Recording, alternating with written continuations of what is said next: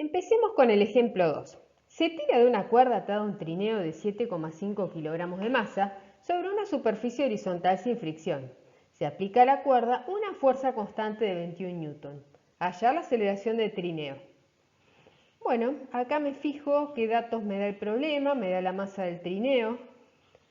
Me dice que la fuerza que actúa sobre la cuerda es 21 newton, entonces tengo el dato que la tensión que ejerce esa cuerda es 21 newton. Me imagino cómo va a transcurrir este problema. La persona tira del trineo y el trineo avanza paralelamente al piso, ¿sí? Entonces me imagino que el vector de aceleración del trineo será paralelo al piso, será horizontal. Para resolver el problema, vamos a seguir el procedimiento que habíamos propuesto hace un rato. Nos concentramos en el trineo. Hacemos el diagrama del cuerpo aislado del trineo. Como está en el campo gravitatorio de la Tierra, actuará la fuerza peso sobre el trineo. Debido a que la cuerda está atada al trineo, la cuerda ejercerá una fuerza de contacto, una tensión, que tiene esta orientación. Y debido a que el trineo está en contacto con el piso también le va a ejercer una fuerza al trineo. También será una fuerza de contacto, que en este caso, al no haber fricción con el piso, tendrá esta orientación. A este tipo de fuerzas de contacto generalmente las llamamos normales. Bueno, no hay ninguna otra fuerza más que actúe, entonces paso a la segunda etapa del procedimiento, que es elegir los ejes coordenados adecuados. Como dijimos, el trineo se va a mover paralelo al piso, o sea que el vector de aceleración será paralelo al piso. Entonces la verdad que me parece adecuado elegir un sistema de ejes así. ¿Por qué me parece adecuado? Porque si elijo los ejes así, el vector de aceleración del trineo va a tener solo componente a lo largo del eje X. Bueno, ahora sí voy a resolver la segunda ley de Newton en componentes. Empiezo con el eje X. La única fuerza que tiene componente en el eje X es la tensión, ¿sí? Y la proyección de la tensión a lo largo del eje X es T coseno de tita en la dirección que yo elegí positiva. Y eso es igual a la masa del trineo por la componente X de la aceleración del trineo, que en este caso es toda la aceleración del trineo. Bueno, ahora en el eje Y, ¿qué tengo? Tengo toda la fuerza normal y una componente de la tensión, esas dos son positivas, y la fuerza peso en la dirección negativa. Entonces, N más T seno de tita menos mg igual a masa del trineo por componente I de la aceleración del trineo, que es igual a 0. Bueno, de la ecuación 1 despejo la aceleración del trineo, T coseno de tita sobre la masa. 2,7 metros por segundo al cuadrado. Y de la ecuación 2 puedo sacar el valor de la normal, mg menos t seno de tita. Ahora, ¿qué podría hacer para verificar? Bueno, me fijo, ¿qué ocurriría si el ángulo tita en vez de ser 15 grados fuera 0? ¿Qué me dicen mis ecuaciones? Y bueno, la ecuación de la aceleración me dice que la aceleración va a ser igual a t sobre m, porque coseno de 0 es 1, o sea, un valor mayor que cuando la cuerda estaba formando un ángulo de 15 grados. Bueno, sí, esto intuitivamente es razonable. Si toda la fuerza está horizontal, toda esa fuerza se va a encargar de acelerar el trineo, mientras que si forma un ángulo con la horizontal, solamente una componente, la componente X, va a hacer que se acelere el trineo. Entonces, esto está de acuerdo con lo que yo espero, ¿sí? Y después la ecuación 2 me va a decir que la normal es igual al peso, ¿sí? Consideremos el siguiente caso de dos cuerpos sobre una superficie lisa sin fricción, están en contacto y sobre uno se aplica una fuerza F. Esto es una situación similar a la del problema 2 de la guía. Tenemos dos cuerpos, hay que hacer un diagrama de cuerpo aislado por cada uno. Empecemos por M1. Me fijo con qué objetos interactúa M1 y en base a eso veo las fuerzas que actúan. Bueno, en primer lugar veo que actuó la fuerza F, dibujo la fuerza F. Está en el campo gravitatorio, aparecerá la fuerza peso. Está en contacto con el piso, aparece una fuerza de contacto que, como no hay fricción, es la normal perpendicular al piso. Y también está en contacto con el cuerpo 2, Entonces, debido al contacto con el cuerpo 2, aparece una fuerza de contacto R. Elijo los ejes y luego voy a analizar al cuerpo 2. La primera pregunta que me hago, ¿actúa la fuerza F sobre el cuerpo 2? No, la fuerza F está aplicada sobre el cuerpo 1, entonces no actúa.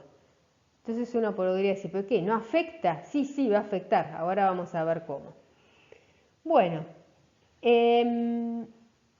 cuando veíamos el cuerpo 1 habíamos dicho, bueno, 2 le ejerce la fuerza R al cuerpo 1. Entonces, por la tercera ley de Newton, 1 le debe ejercer la misma fuerza R al cuerpo 2 en la misma dirección, pero de sentido contrario. Después, bueno, 2 está en el campo gravitatorio, aparecerá su peso, está en contacto con el piso y aparece la normal 2.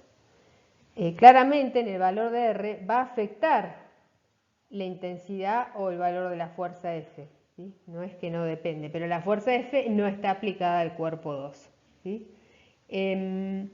Bueno, fíjense que el tema de la notación, como tengo dos cuerpos, conviene utilizar un subíndice. Si uno dice N, no sabe si es la normal del cuerpo 1 o del cuerpo 2. ¿Sí?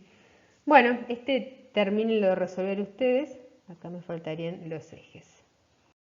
Bueno, otro caso que podemos elegir de analizar es este. También tenemos dos cuerpos sobre una superficie sin fricción, pero están unidos mediante una soga.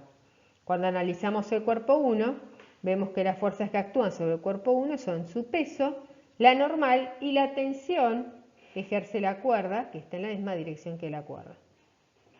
Cuando analizamos el cuerpo 2, ahora vemos que la misma cuerda está atada al cuerpo 2, por lo tanto la tensión se transmite por igual y la misma T que actuaba sobre el cuerpo 1 ahora actúa sobre el cuerpo 2, pero hacia el otro lado, pero de la misma intensidad. Y luego está la fuerza peso, la normal, y la fuerza F que ahora está aplicada sobre el cuerpo 2. Resolvamos ahora en detalle este ejemplo. Un objeto se suelta y desliza por un plano inclinado sin fricción. Hallar su aceleración.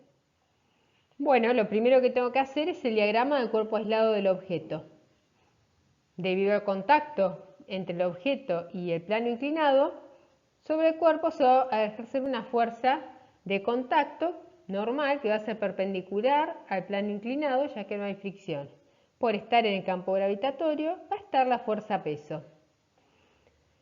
Ahora voy a pensar lo siguiente, ¿cómo va a ser el movimiento de este objeto cuando se lo suelta? Y bueno, va a seguir una trayectoria recta y su movimiento va a ser a lo largo del plano inclinado.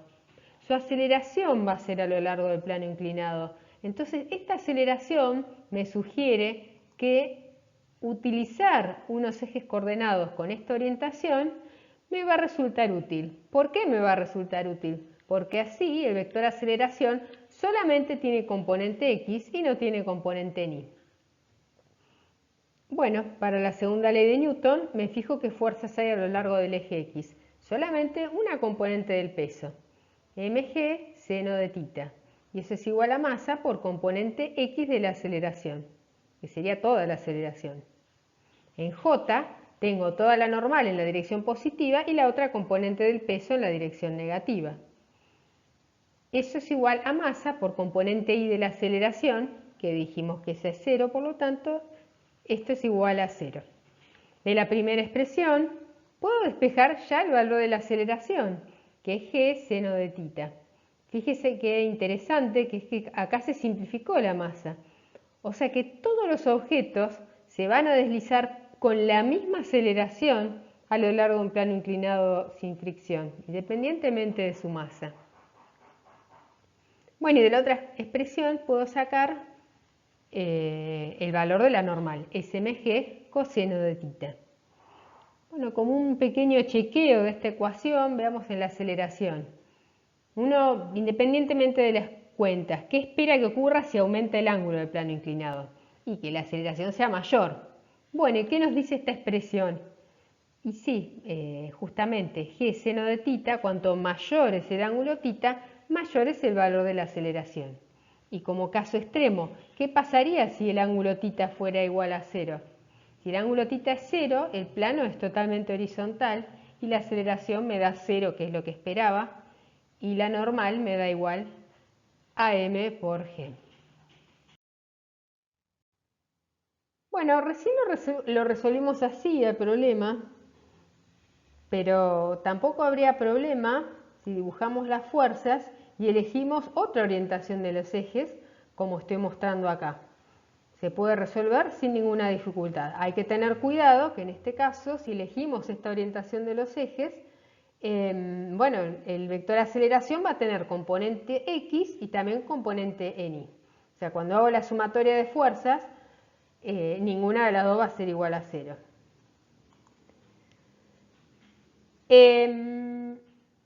Esta otra opción, realmente yo no se las recomiendo. Por favor, traten de evitar hacer este tipo de esquemas, ¿sí? Fíjense la diferencia entre los dos primeros esquemas y este. En los dos primeros yo dibujé las fuerzas con la orientación espacial que están y que yo entiendo, ¿sí? Y después, ¿qué hice? Una vez que encontré las fuerzas, elegí ejes que se adapten a estas fuerzas, ¿sí? En la última opción, la que no quiero que usen, yo hice lo contrario. Roté todas las fuerzas para forzar a que, bueno, a tener los ejes X e Y de una orientación que me parece que es mejor. Bueno, eso es lo que yo no les recomiendo que hagan. Tal vez les parezca un poco caprichoso que les diga esto, pero rotar un vector, dos vectores no hay problema, pero les aseguro que si tienen 3, 4 o más fuerzas, seguramente alguna le van a errar cuando las roten. Entonces, por favor, traten de no hacer esto. Dibujen las fuerzas y que los ejes se adapten a las fuerzas, no las fuerzas a los ejes. En este ejemplo, vamos a describir el movimiento de la máquina de Atwood, que consiste de dos masas conectadas por una cuerda inextensible de masa despreciable con una polea ideal también de masa despreciable. Y nos pide hallar la aceleración de cada una de las masas. Bueno, en este tipo de problemas vemos que el movimiento de uno de los cuerpos está relacionado con el movimiento del otro debido a un vínculo o una ligadura, en este caso la cuerda, ¿sí? Como la cuerda es inextensible, nos damos cuenta que la aceleración de uno de los cuerpos tiene que ser igual en módulo a la aceleración del otro cuerpo. En principio uno no sabe el sentido de movimiento hasta no tener valores numéricos. Entonces uno asigna un sentido arbitrario. Podemos considerar, por ejemplo, que esto gira en sentido horario, con lo cual la aceleración de la masa 1 será A en J y la aceleración de la masa 2 será menos A en J.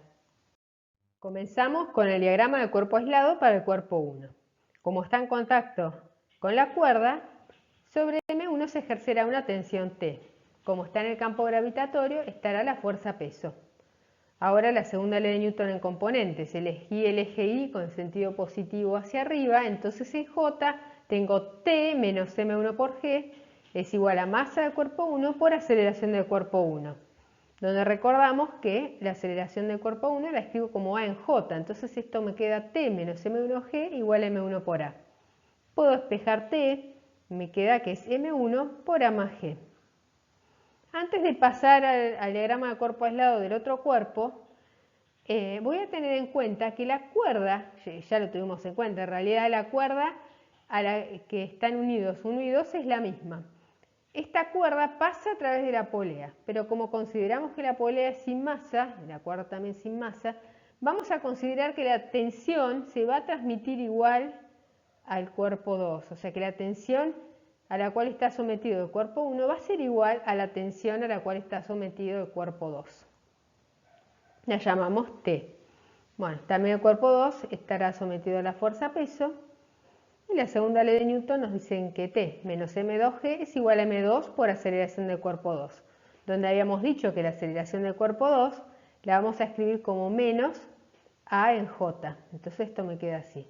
O sea, ¿se entiende esta idea? No tengo dos incógnitas A1 y A2. Si yo conozco la aceleración de uno de los cuerpos, la del otro cuerpo es la misma, pero en sentido opuesto. Pero bueno, la letra A sola es la magnitud, el módulo del vector aceleración de cualquiera de los dos cuerpos. Bueno, entonces ahora puedo reemplazar la ecuación 1 en 2. Entonces en vez de T, En la ecuación 2 escribo m1 por a más g, menos m2g igual a menos m2 por a. Acá ya despejo una expresión para la aceleración y también esta expresión de la aceleración reemplazar en 1 y obtengo una expresión para la tensión. Acá están las dos expresiones. Bueno, puestas así es como que mucho no nos dice de qué pasa en el problema, entonces veamos algunos casos en particular. ¿Qué ocurre si la masa M2 fuera mayor a la masa M1? ¿Qué me dice la ecuación de A? Que A me queda un número positivo porque M2 es más grande que M1. ¿Eso qué significa? Que yo resuelvo todo y si A es un número positivo, quiere decir que el vector aceleración del cuerpo 1 me da en J positivo y el vector aceleración del cuerpo 2 me da en menos J. O sea que el sentido de movimiento es el que yo propuse.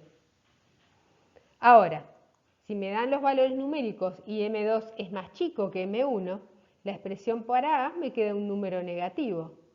¿Y qué significa eso? ¿Que hice mal el problema? No, lo único que significa es que el sentido de movimiento es opuesto al que propuse. O sea, en este caso, la polea va a girar en sentido antihorario. Y ahora fíjense que si A es negativo, la aceleración de 1 me queda menos, o sea, me queda un número negativo. Y la aceleración de cuerpo 2 me va a quedar menos por menos más un número positivo. Y como casos extremos podríamos ver qué pasa si M1 fuera igual a M2. La expresión de la aceleración me dice que la aceleración me va a dar 0 y el sistema va a estar en equilibrio. Digamos, hasta ahora todo más o menos está como lo que uno intuye, ¿sí? Y por otro lado, si M2 fuera mucho más grande que M1, supónganse, no sé, 10 kilos y 100 gramos, ¿qué me dice la ecuación de A? O sea, si a 100 kilos le sumo 100 gramos o le resto 100 gramos, me va a dar más o menos 100 kilos. Cuestión que esta expresión de la aceleración que tengo acá arriba me va a dar aproximadamente igual a G. Y la tensión, fíjense que en el numerador multiplico por un número muy pequeño. La tensión me va a dar casi 0. O sea, prácticamente es como si yo tuviera un objeto muy pesado de un lado de la polea y una pluma del otro. Prácticamente el objeto pesado va a estar como si fuera en caída libre. Bueno, en la guía hay un problema muy parecido, en realidad no es parecido, pero del cual pueden sacar bastantes similitudes. Fíjense que están los cuerpos de masa M1 y M2, pero a su vez sobre M1 actúa una tensión hacia abajo, ¿sí? Pero bueno, en sí lo pueden relacionar con este problema. Bueno, y como último ejemplo vamos a resolver una parte del problema 6 de la guía, que dice: calcule la aceleración de los cuerpos M1 y M2 y las tensiones de las cuerdas para cada figura. Todas las poleas tienen peso despreciable y los cuerpos se deslizan sin fricción. Bueno, entonces tenemos el cuerpo M1 y el cuerpo M2. Ahí está indicada una polea fija y una polea móvil. Otra vez, el movimiento del cuerpo 1 va a estar relacionado con el movimiento del cuerpo 2 porque hay un vínculo que los une. En este caso hay dos cuerdas, ¿sí? Pero, o sea, en ese sentido es similar al problema de la máquina de Atwood, pero el tema es que la relación entre las aceleraciones no es tan directa como en el caso anterior. Entonces lo primero que vamos a hacer, o sea, lo que sí estamos seguros, acá en ese sentido no hay ambigüedad en el sentido de movimiento. El cuerpo 1 la única opción es que avance hacia la derecha y el cuerpo 2 la única opción es que baje. Pero lo primero que vamos a ver es encontrar una relación para el módulo de los vectores de aceleración de cada uno de los cuerpos. O sea, se entiende la idea, las aceleraciones no son independientes, pero no sé exactamente cuál es la relación entre ambos y eso es lo que quiero hallar primero. Para eso voy a tener en cuenta que la longitud de la cuerda larga, en realidad las dos cuerdas tienen longitud constante, pero nos vamos a concentrar en la cuerda que es más larga, la que pasa por las dos poleas, ¿sí? Entonces, vamos a ir armando la longitud de la cuerda con cada pedacito que compone la cuerda. Tenemos este tramo X1 que va desde donde está el cuerpo 1 hasta donde comienza la cuerda a tomar contacto con la polea fija.